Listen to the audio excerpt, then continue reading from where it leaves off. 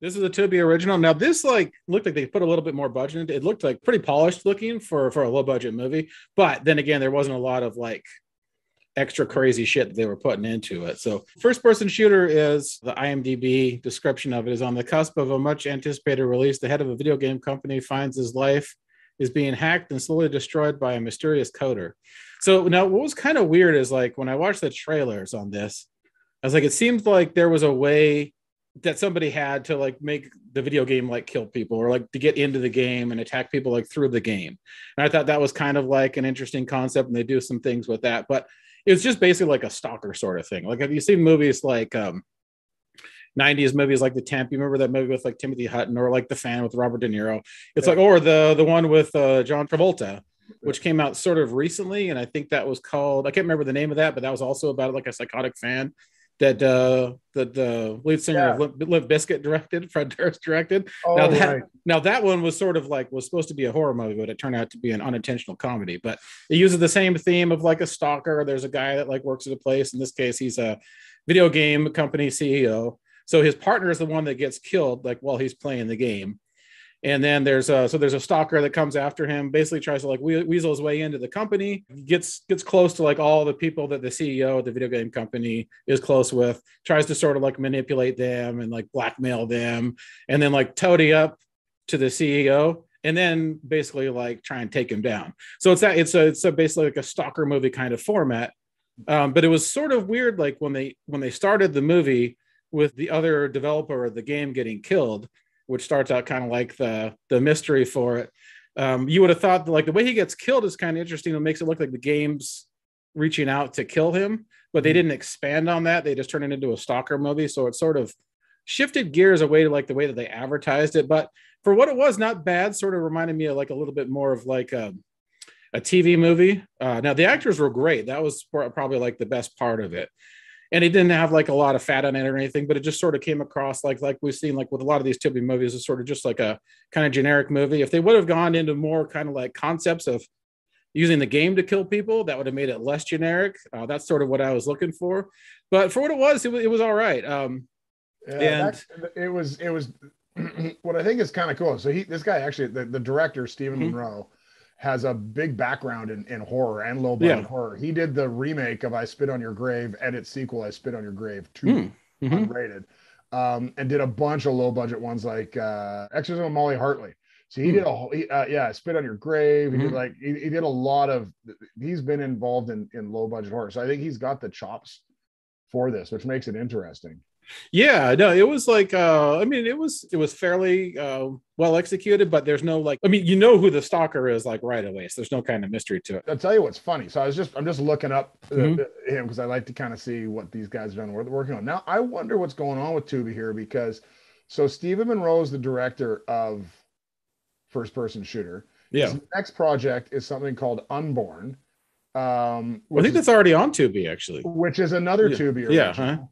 And then he's got another one he's working on called Teardrop that's coming up, but it doesn't say anything because it's coming out later. But I wonder if like Tubi's taking the old school studio model here by locking guys up and getting them to crank out movies. Yeah, that very well could be. Yeah. You know especially since Tubi's kind of like a big like up and coming streaming platform, especially since it's free. But that's just kind of interesting. You say, look, we know horror, B horror sells on here, and they locked this guy up. Was like, hey, we want you to make 4 in a row for us. Yeah, that could very well be which is good and bad. It means that I think that's a cool model. I've always liked that, but it also probably means that they're just cranking these things out. Yeah. Now here's the other thing about this one. So like who the stalker is right away, and I don't think that's a big deal because it's like, but to give like. It's bizarre because first of all, like the guy who's the head of the company, is a real douchebag. He's not. He sort of deserves what he has coming to him, not at the extent of what happens, but you find out later in the movie why he's getting attacked. But so you got like your main character who is pretty douchey and very like unlikable. He's not like a terribly horrible person, but he's kind of an asshole to everybody that he's around, everybody that he works with and whatnot. Even the people that are his friends don't really like him all that much. So it's sort of strange to have the protagonist in the movie be a total douche. So like when you're having like in most movies, when you're having like a stalker or somebody else like that ruin somebody's life, usually there's kind of like a reason for it. But there was also but also like the main character is kind of, it was pretty much overall likable, and he had like one thing that happened where he made a bad decision, now it's coming back to bite him in the ass. But this guy's pretty much like a douche throughout the entire movie, so it sort of eliminates the fact of you like rooting for him or anything else like that. It's like you're like, I don't really know like where I mean, the stalker is a total asshole too, so you don't, I mean, they're both like two sort of assholes opposed to one another, and then you see this whole like this guy's life, the CEO's life being destroyed, but you don't really give a shit that much because he's kind of a douche and kind of deserves it. But then you don't really like the stalker that much because the stalker is a total raging asshole. It's sort of a strange like take that the angle that the movie had on it to do it this way. Yeah, I don't mind asshole protagonists. I don't either, as long as they're like enjoyable in some way. Or enjoyable. Yeah. Like I think Patrick Bateman, like he's an asshole, but he's an enjoyable asshole. Yeah, and that movie was a satire too. So this one, like American Psycho, was a satire of that sort of business type of personality, but like this wasn't a satire at all. It was just like a straight up kind of like sort of made for TV movie about like a stalker. And so that's what was bizarre about it, is because it had a different angle. And the other weird thing is that, so the guy who runs the company, and as well as everybody else that worked at the company, from what I could see, unless I was missing some of the extras, all people working in a video game company. And here's how you know it's a movie: everyone's in shape. No one's like, no one has like blue or pink hair, no tattoos. I mean, the guy like looks like a total like preppy, or like he was a jock in high school. And you could have some CEOs that are like that, but his entire staff are all in shape as well too. Yeah, that's typically not that's not the way it works.